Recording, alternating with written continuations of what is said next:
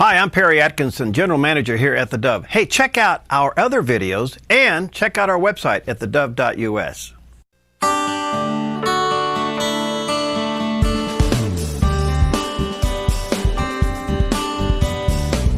Welcome to Focus Today. I'm your host, Perry Atkinson, and well, as you know, there's a lot about the movie Noah, the biblical account of Noah, and it all now kind of climax coming up this weekend with the movie coming out. But how about Noah the book, the real story? Let's get the story straight. Well, we are delighted to have with us today Larry Stone. Perhaps you have read several of his other books, The Story of the Bible, Women of the Bible. Maybe even heard Larry. He's been on the Janet Parshall show, In the Market with Janet Parshall, which airs here on the Dove Radio. So today we're going to talk to him about Noah and his book and the real story. Hi, Larry. Nice to see you, my friend. Glad to be here, Perry. Good to see you. Well, listen, a big week. Did you ever think the whole subject of Noah would be as much as it is today? Well, I anticipated that. It's just when it comes, you're a little overwhelmed. That's why I wrote the book. About a year and a half ago, I knew that the movie was coming, and I knew that people would want to know the story of Noah. Because although we say we love the Bible, although we say we read it, most of us don't know what's really in the Bible. And certainly the friends of ours that don't read the Bible don't know what's in the Bible. So what I did with the book was to try to tell all the ramifications of the Noah story. All right. I want you to get into it because, as you know, Paramount releases their picture. Ray Comfort didn't like the movie. He went out and he made his own. Right. And I sat there in the NRB listening to the discussion about the movie. I think the bottom line is, no, it's not 100% biblically accurate, but in the end, will it cause people to go read the Bible, the true account of Noah? Do you think that'll happen? I certainly hope so. In fact, this isn't about the Noah book. I did a book on the story of the Bible, the history of the Bible, and I had a friend that looked through it. I would call him a lapsed Catholic. He's a good man, but he doesn't go to church all that often. And as he read through my book, he looked up at me and he said, you know, I think maybe I ought to go read the Bible now. So that's the effect I hope the movie happens. So people want to say, what is the story? And they'll go back to Genesis and read the story of Noah. All right. Let's get into it a little bit, Larry, because, it is a biblical story. And when you read it in the Bible, it's not that long. No. But you have to put all the other context in place in order to get the real story, what's going on here. Walk us through it. Okay. God created the heavens and earth, created humans, Adam and Eve, and after 1,000 years or more, he looked down on the earth and saw that people were evil. They were violence, wickedness, sexual immorality. They had no time for God at all. In fact, the Bible says they were continually, morning, noon, and night, thinking about nothing but evil. And it grieved God. And so he said, I'm going to destroy the earth. But he found one righteous man, Noah, and told Noah to build an ark. There's not a lot of details here, but God said to build it 450 feet long, 75 feet wide, 45 feet high, with 3 decks, a door, and a window. Now, actually, we think it's a long series of windows. And then God brought the animals to the ark. So Noah spent 60 to 80 years, perhaps, with his 3 sons, Ham, Shem, Japheth. I think he probably hired some other friends to help him, too. Right. And they built the ark. And then the animals came, and Noah, his family, and the animals got on the ark, and they waited for about 7 days. And then the rains came, the destruction came. The Bible says the fountains of the deep came up, the rains came down, the heavens opened. And we believe also that it was a very cataclysmic time where there was earthquakes and all kinds of things going on. The waters came up and everything died. Animals, people, everything that was not on the boat, on the ark, died. The rains kept going for about 40 days, and after 40 days and 40 nights, it stopped. And they remained on the ark for about a year. And after a year, the rain subsided, the water subsided, and Noah and his family and the animals came out. They built an altar, he worshiped God, and the animals and Noah and his family repopulated the earth. There's some really cool stuff in the Bible where God says to them, go out and repopulate the earth. And they did. Mm-hmm. All right, couple things here. Secularists will tell you, you don't really believe God did that, do you? You don't really believe in the account of Noah in the Bible. I mean, they try to discredit. I mean, it's such a cladomistic story. People go, you don't really believe that, do you? Well, you can say that about anything in the Bible, almost. You don't really believe that, right? Because it is such a transformative story, and it's a key story in the Bible. The answer to your question, yes, I believe it. Yeah. The Bible says it. And what's really interesting is there's about 300 flood stories throughout the whole world. So there's not just the flood story in the Bible. Now, some people say, well, Noah got Moses, who wrote the Genesis, he got his ideas from other flood stories. Well, yes, maybe, or maybe the flood stories throughout the world are the result of a collective memory of one great worldwide flood. You know, I've had Ken Ham on and some of his surrogates talking about the flood, and you mentioned it there in your opening comments that the water also came up from within the bowels of the earth. Have you done some research on that? Well, I'll tell you, one really interesting thing, there's a number, if we get into the movie, there's a number of the things that aren't quite right or not biblical in the movie, but I think they get the fountains of the deep coming up right. It's fabulous. You see all this water, almost like geysers coming spurting up out of the ground in addition to the rain. Mm-hmm. All right, so they get that part right. Yeah.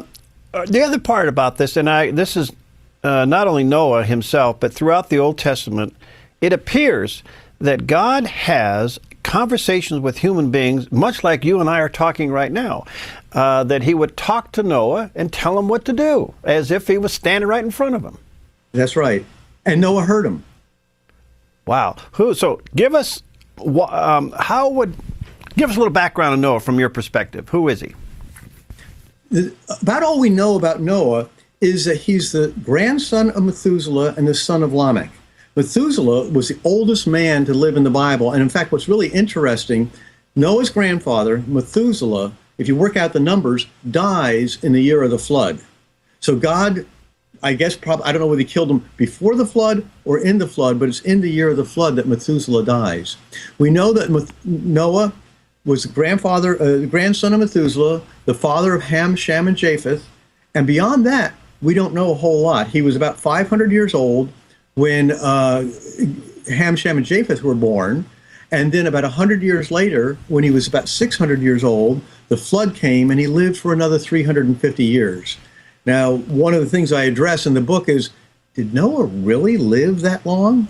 And there's a number of explanations, but all of the people in the Bible before the flood lived a lot longer than we're living today. All right, so back and forth between the book and the movie, does the movie portray, in your opinion, the purpose of the flood, the reason for the flood? The movie portrays a very different purpose of the flood than what the Bible talks about. I mentioned before that God looked down in the Bible records that God looked down and saw that mankind was wicked, was evil, violence, sexual immorality, had no time for God. In the movie, that's not the reason given for the flood. In the movie, the reason given for the flood is that mankind was disrespectful of God's environment, of the world that God created. Aronofsky, who made the movie, said that Noah was the first environmentalist. And so it's a very different reason than what's given in the Bible. All right, because that is communicated, and that's one of the complaints. It also didn't show that Noah had any kind of a praying relationship with God. He doesn't lead his family into prayer, things like that.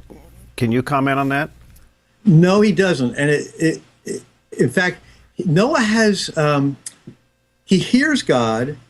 God tells him what to do, but at the same time, he doesn't quite understand God's message. And he's unsure of some of the aspects of what God is telling him. But it does portray that there is a communication between God and man. It does recognize the fact that there's a supreme being. Absolutely. It doesn't use the name God, which we usually use as calling God.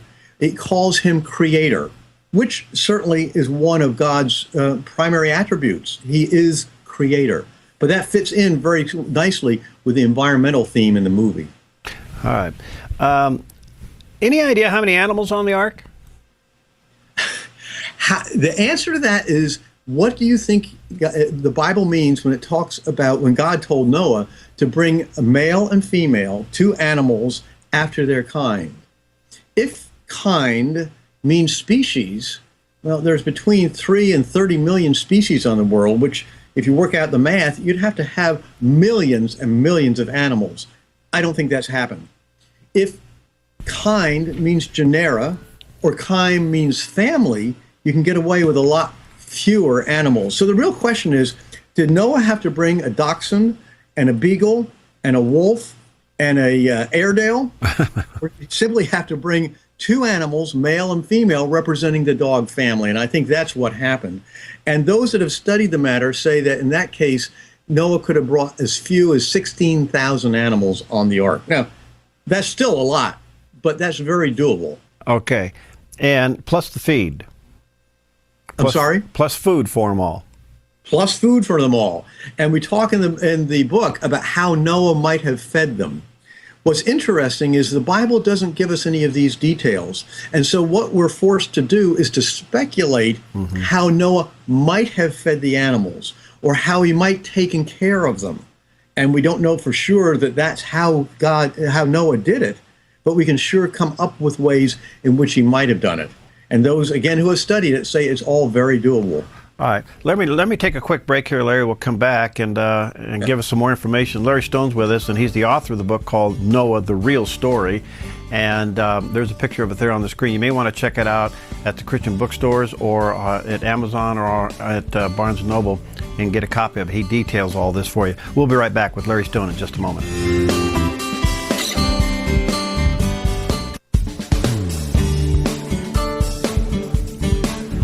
Okay, we're back, and our guest today is Larry Stone. He's the author of the book called Noah, the Real Story. Maybe you've read some of other Larry's books that he's put together and authored, the story of the Bible and the women of the Bible, and he just does great work. And this is a book very timely, as we know that this weekend, Paramount's releasing the movie Noah, which comes with incredible talk. I've never seen a movie get so much plus and negative talk at the same time. And so I don't know. I'm going to reserve judgment. I have not seen the movie. I saw enough trailers of it and clips of it, Larry, to let me know that it's got issues. There's no question about it. And I guess the NRB was able to get a disclaimer put in at the beginning of the movie. It says it's inspired by the biblical story, Noah, but not that accurate. So I guess that is somewhat of a compromise. My overall attitude is that if it causes people to go back and stick their nose in the Bible and read the Bible, it could be a good thing. That's right. And the disclaimer is exactly that this is not the story of the Noah directly from the Bible. This is a story of Noah inspired by the Bible. Yeah. The people that wrote the movie, they follow along the main plot line, if you will, of what's in the Bible, but they add a lot of details and a lot of stories. And some of it is actually accurate to what the Bible says, but it's going to make us uncomfortable. And I'll give you an example. I was at my local Christian bookstore yesterday and picked up one of the Bible story books. I had asked my wife earlier the day before if we had any. She said, we've given them all to our grandchildren.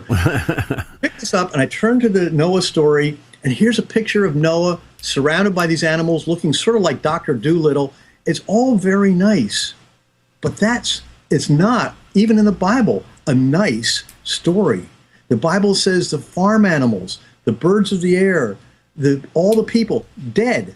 And that is a horrible, horrible picture.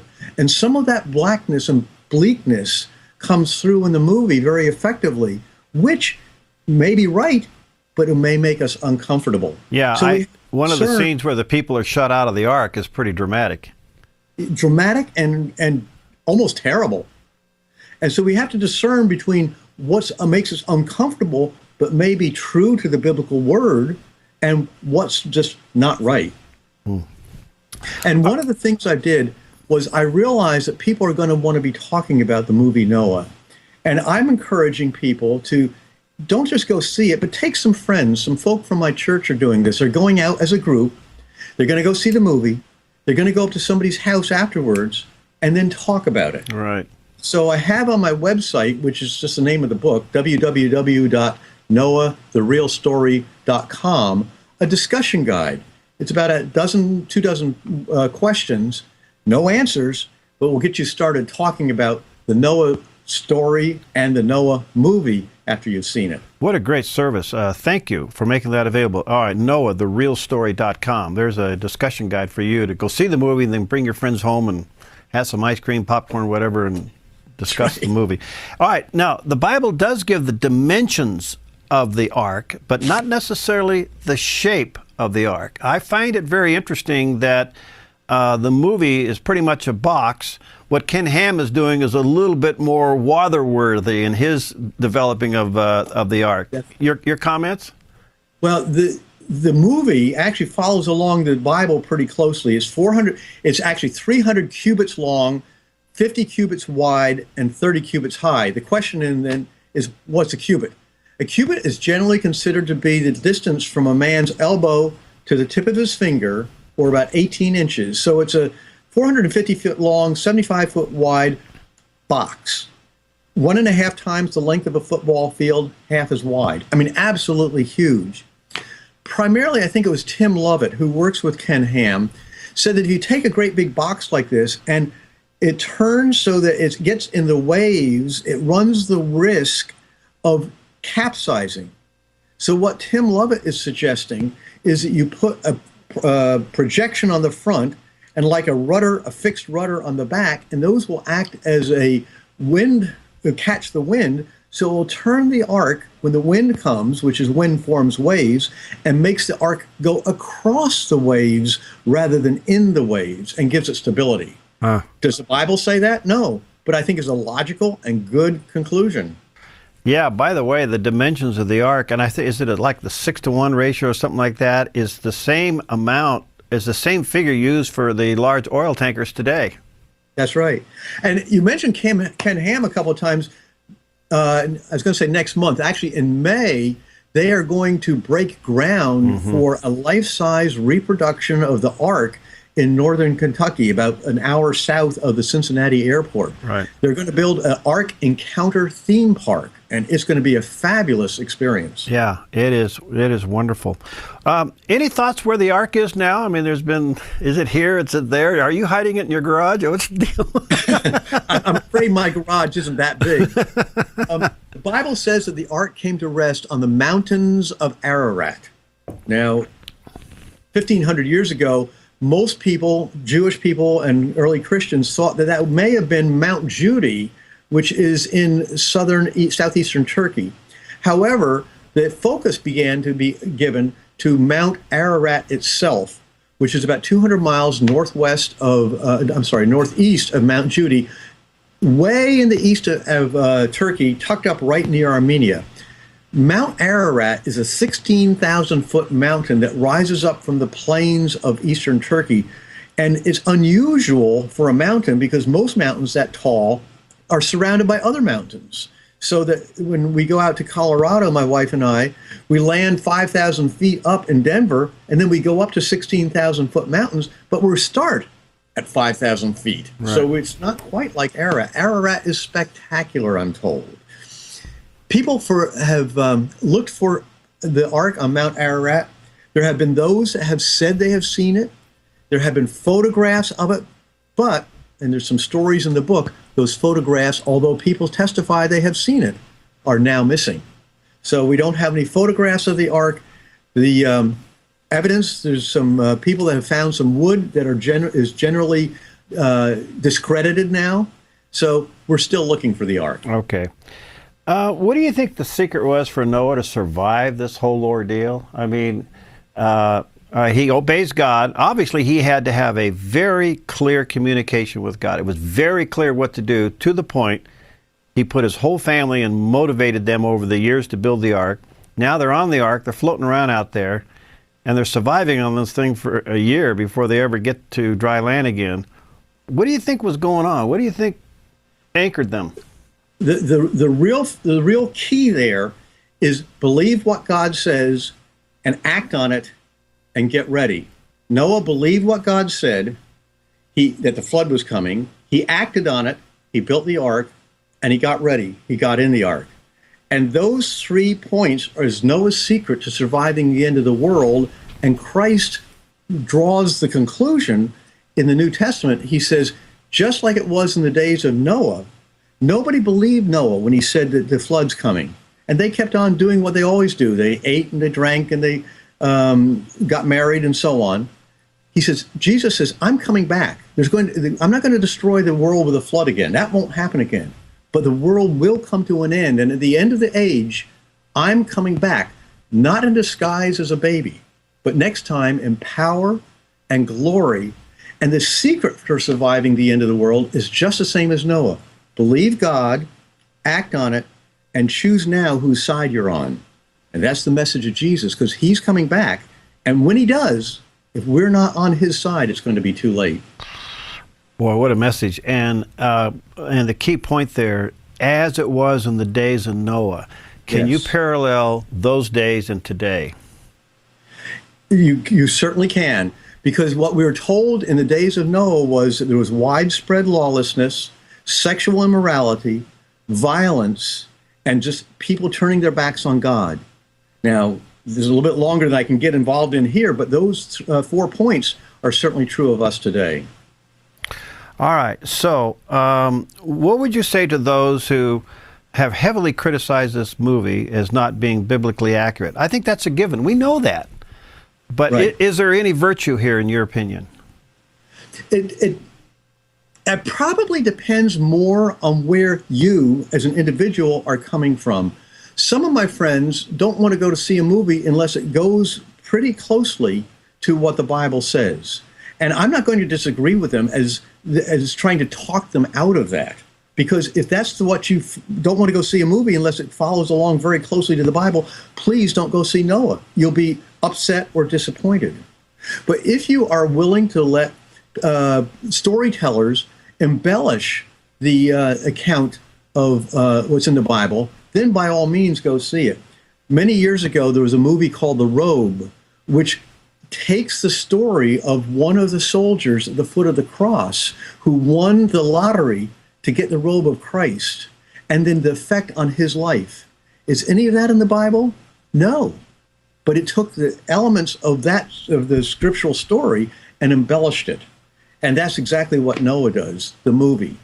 And so if you don't like any embellishment, don't go see it. Then the question is the embellishment real? Do I agree with the embellishment? Yeah, well, it's Hollywood at its best. That's right.